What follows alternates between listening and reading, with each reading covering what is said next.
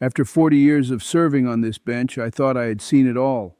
I've witnessed all kinds of deception, some wearing the finest suits and others from those who've had nothing but their dignity left to cling to.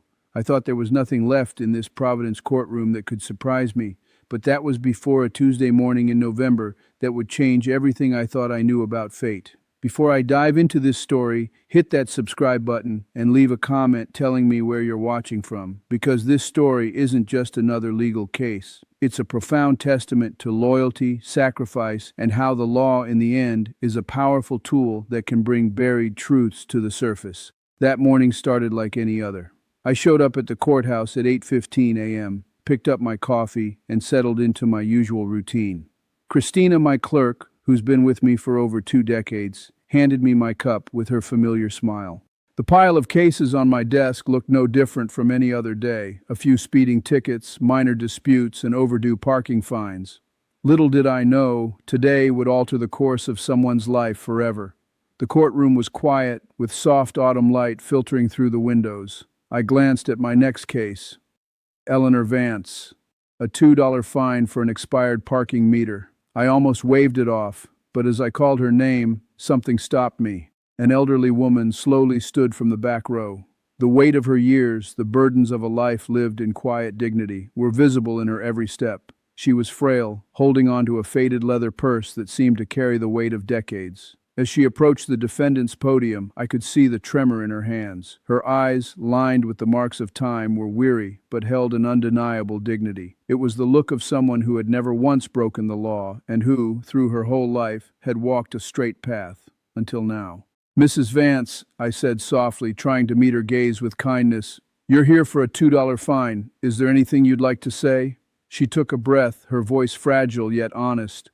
"Your Honor, I'm so sorry. I tried to get back to my car on time, but my legs don't work like they used to. I was on my way to pawn a memento from my late husband just to pay the rent. I never meant to break the law." As I heard those words, "pawn my husband's memento," I felt a powerful instinct kick in. Something wasn't right. A woman of her age, with that much dignity, shouldn't be standing here over a $2 ticket. She should never have to pawn her husband's belongings to stay afloat. I put my pen down and stopped the proceedings.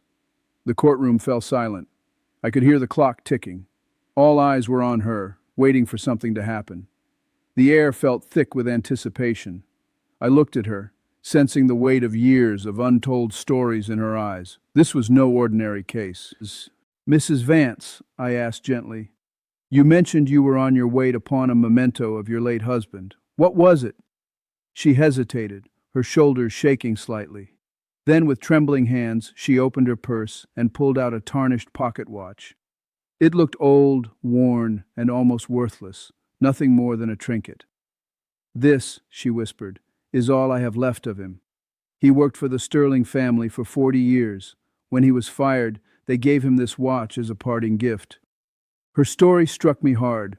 40 years of loyal service, fired without a second thought by the heirs to the Sterling estate.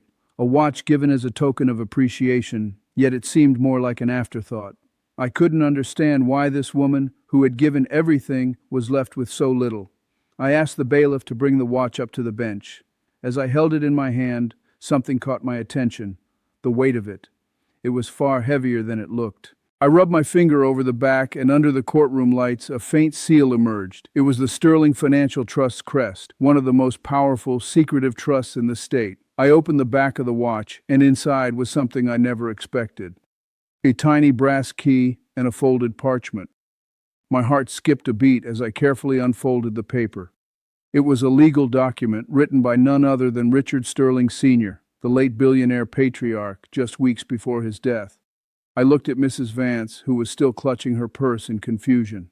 "Did your husband ever try to open this watch?" I asked. She shook her head. "No, Your Honor. The children told him it was broken." It hit me like a ton of bricks. They had handed Arthur Vance a broken watch, believing it had no value. But they were wrong. What they didn't know was that this watch held the key to exposing their own greed. As I read Richard Sterling Sr.'s handwritten letter aloud in the courtroom, a quiet storm began to brew.